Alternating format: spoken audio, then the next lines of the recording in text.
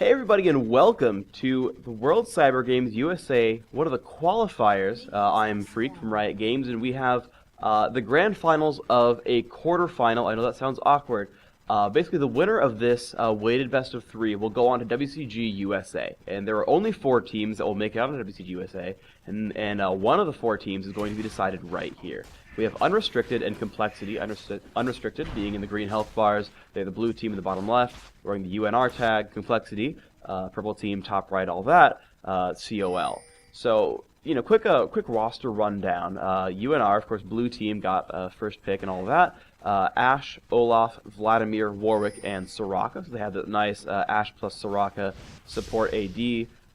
Combo down there. They have the jungle Olaf, they've got Vladimir mid, and they've got that lane wick laning up top. But Complexity with a really cool lineup. There we see Alistair actually pushing his way into the fight right off the bat, getting Ashe down to half health, and of course Corki lending a hand as Soraka went to drop some early wards that really hurt Ashe, but of course Soraka can drop those heals back in, so she'll be fine. But you look at the other lineup, they've got Rumble up top, they've got that Alistair and Corki we saw bottom before. Their jungler is Nunu, and their mid is Annie. So really both teams having really strong lineups, and already we see some pretty interesting things here as Rumble was not banned but taken by Complexity, and if I were UNR, I would have definitely banned or taken Rumble right away. And the thing is, Rumble was not the first pick. He was actually allowed to go through 3 to 4 champion picks before he was even grabbed up by Complexity, so that's I think that's actually just a bit of a roster mistake from Unrestricted. They either didn't have anyone who could play him, in which case they probably needed to just ban him and play that way. So I think a bit of a mistake from Unrestricted, but we see the bottom lane, a Liquid 112 already completely out of mana on Soraka, and wow, the flash coming in from Alistair, and Ashe getting completely pushed to the rest of that team, and the damage output is massive from Corki. They're continually trying to put out damage. They were both flash out of range, and it looks like they're going to be fine, but this Ashe is staying around a little bit, and that's super unsafe. She's got almost no health, and she's staying in turret range, and Soraka's not even leaving either, and wow, Pubelter getting pushed around in mid lane by Nunu and Annie, going to stay alive. That top lane, of course, that infinite sustained Warwick going to be pretty much fine unless he gets ganked very heavily. But, you know, Rumble putting out a lot of damage, pushing around quite a bit. But, again, Warwick has the great ability to just keep himself alive and sustain himself quite well. And now that Soraka is level 2, she can give herself some free mana and continue pumping out health to that Ashe. So, bottom lane should be fine for the time being. Annie putting out some aggression onto that Vladimir still. You can see he's only barely starting to regain some health with that transfusion. So he's going to be hurt for quite some time in this game. And already, though, Complexity off on a great start. So some background into how this match is set up. It was a double elimination bracket, much like the Season 1 finals. And so Unrestricted came from the winner's bracket, so they have the advantage in this best of 3. And as I said, it is a winner's best of a weighted best of 3. So it's going to be at max 2 games played. It's basically a best of 3 where there's a 1 game. And wow, Ashe taking a bunch of damage again, getting completely crushed right now. But actually staying alive thanks to a clutch Soraka heal, barely keeping herself up right there. Now Soraka's going to be forced to 1v2 this lane, and Pondar is that Alistair completely crushing faces at bottom lane, doing a wonderful job right here. And I'm going to tell you guys right now that I'm solo casting this one without any support, so unfortunately I'm going to probably miss a kill here or there. I apologize for that right now, but I'm probably going to miss at least one clutch kill at some point, so apologies on that. But so as I said, it is a weighted best of 3. Unrestricted came to the winner's bracket, so they have a 1 game advantage in the BO3. So even though this is game 1, pretend it's game 2 where Unrestricted won game 1. Because Unrestricted won the first time these teams fought, right? They won that first time, they keep that advantage, and then just carries on into this game. So it's 1-0 in a best of 3, or it's simply a weighted best of 3 where this is game 1 with a free game given to Unrestricted. So keep that in mind. That if UNR wins here, it's game over, they move on. If UNR loses, we go on to a final game 2, and the winner of that game will go on to WCG USA. And the loser will have to play through another qualifier and make it out. So again, Nunu putting in a gank onto Pubelter. He's going to take that Ice Blast to the face. He's going to keep transfusing, though, getting 43 health there for every single one. That cooldown's not too terrible, so he's going to keep gaining health over time and get himself into decent shape as best he can. Ashe trying to last hit bottom lane, doing an okay job of that, actually. Again, still being babysat by Soraka. Ashe has went back to base once, gained herself some nice health and mana, some new items as well, so he's going to be in decent shape here for now.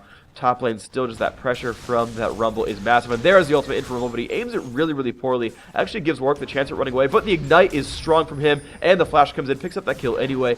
I'm surprised that Warwick took just that much damage Rumble going to jump into that brush and recall back, but he's got to be a little bit afraid because he's actually going to... Oh, his minions come back, and he gets to turn on that scrap shield and just run back through that lane. Does not get ganked by Olaf, though Olaf is below him, so Olaf will try to come in there as best he can. He has ghosted, but he will actually not chase through, and it looks like that Rumble is perfectly safe, just walking back up to that top brush and going to recall back to the base and carry that 400 gold with him.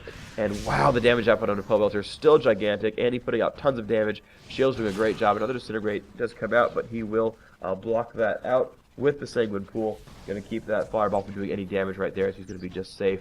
And wow, Complexity really committed to this bottom lane aggression. They put down that pink ward at that bottom lane. They actually cleared out the ward that was used defensively by Unrestricted to try to block that lane out.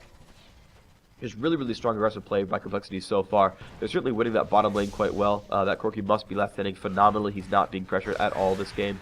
And the ward play is amazing.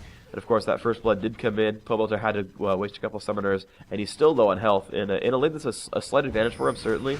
That Vladimir is a strong laner later on, but right now, of course, Annie should be winning that, and she is. So that lane is being played correctly from Complexity.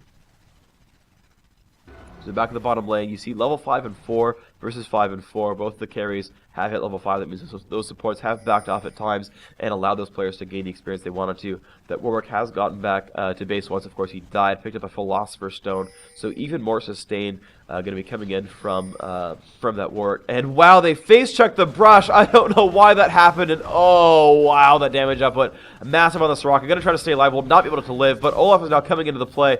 And you know, that is a level 5 Alistair. He might be taken down. He will flash backwards. And now there's Ashe. Not in good shape. Getting chased down by Corki still. Olaf's going to come back into that fray and put on a ton of damage with Undertow. And wow, that Corki's getting so low. But the Headbutt Pulverize is strong there. And he actually ults late. The Olaf does not ult in time to block the stun combo out. He's going to be fine. That Ashe still dancing around back and forth, using that health push to get back up and healthy. Can she put on the pressure? And wow, Annie has come back into that fray. Tibbers has dropped down, picks up the 1 kill. The flash comes out, double kill from Annie. Has picked up both kills at bottom lane. That is a wonderfully strong Annie. Now looks like there's 4 deaths now.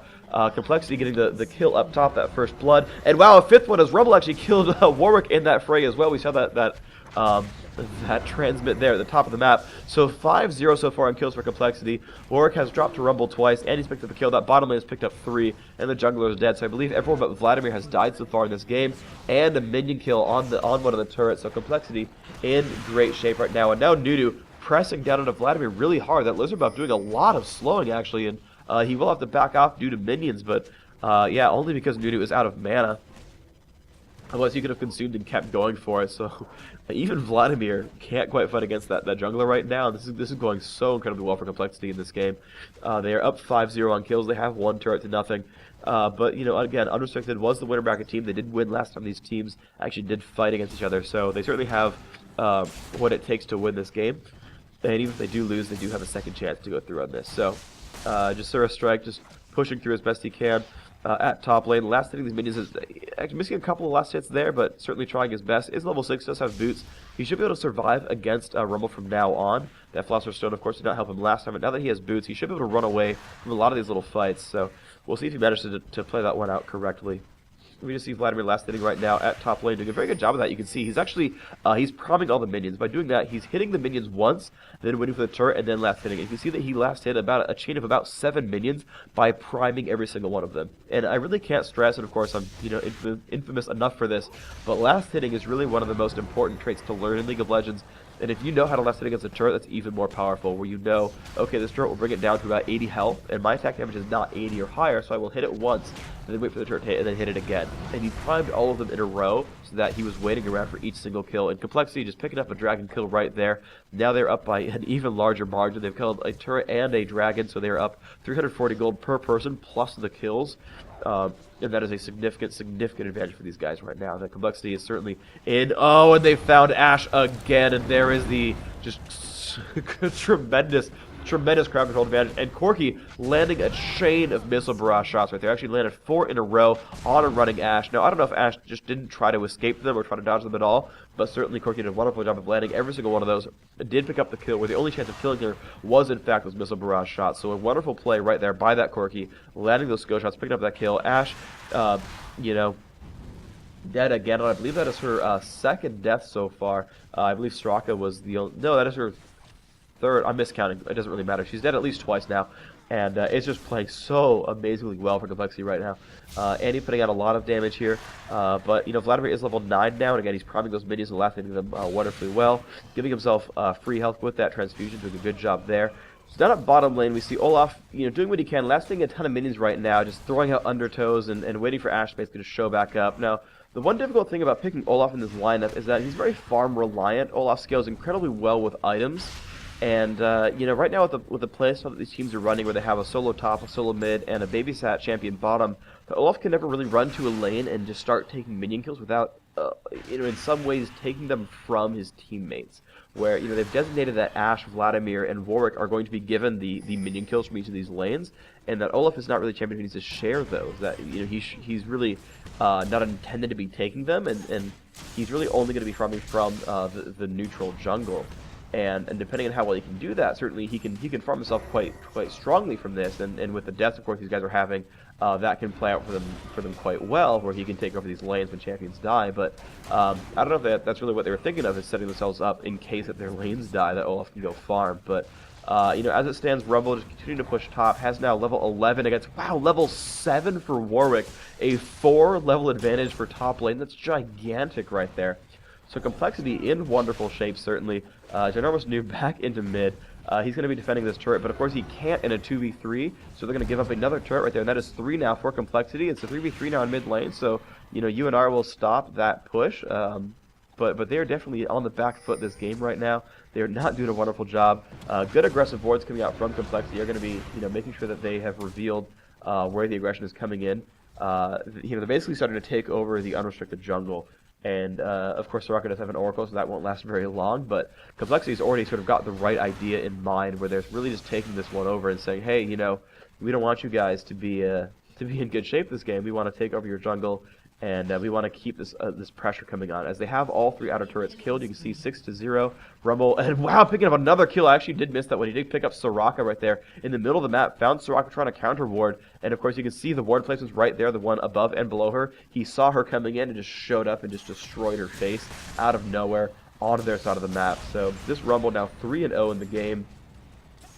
He's doing a wonderful, wonderful job for these guys. And that's going to just keep playing really, really well. Corki is 2-0 as well. And I mean, just 7-0. They've got their kills only on their carry types. And this is just it's wonderfully playing for these guys. So they're definitely leading this game right now. And of course I've said that before, but they've played this completely right so far. They've won every single lane, and their mobility overall is wonderful. You look at the minimap, every single one of those red dots you see on the minimap is a ward that Complexity has. And you can see there's almost no green dots at all, and those are the unrestricted wards. There just aren't any. And you see that Annie actually fighting Warwick up at the top in the mini-map. Warwick trying to run back down. You see Rumble coming in to join that fray. Warwick is so incredibly low. Takes one shot to the face. He's still trying to run back across that turret. Can they get the pressure on? He will heal himself, but no, the fireball will come out from Annie, picking up that kill. Complexity getting now another kill onto that lane wick. And Nemo just cannot get that ball rolling. He's been outlaned by Rumble, and he has not accelerated himself back out of this. He's got 2 Philosopher's Stones. He's got Mercury Treads. He's certainly got the ability to get himself some gold. He's got the ability to get out of these ganks, but he's 0-3 with only 50 minion kills, and he has 110. They've both been given solo lanes. So this is really wonderful for them. And now, at 14 minutes and 50 seconds, Complexity is already pooling in for a Baron attempt. This is massive for them. They're actually waiting for the Baron to spawn, which will be in 3 seconds right now. There's the Baron popping up, and they're going for an immediate Baron attempt. And I have not seen this in competitive play in quite some time, so they're already going for this. They're getting battered around a little bit by him, but they certainly got the chance. He's down to half health already, and they're not taking too much damage. They've got Nunu for that Consume Smite, and it looks like they're actually wisening up. You see on the minimap that the unrestricted player is actually moving forward now. Pondar is getting extremely low, actually flashes out of the Baron pit to keep himself alive, but they've picked up the Baron buff. Took them about 24 seconds flat to do so, and that's not bad considering that UNR didn't actually do anything about it. You're gonna see that Olaf's gonna come over now and see like, oh, it's gone. Oh, I put a ward down and it's gone. Oh dear. And wow, there's ward coverage in this brush right now, and of course Soraka has died, so she's lost the oracles. So Calyxi knows exactly where Unrestricted are. They know exactly where they are. They're gonna give the blue, probably to Warwick actually.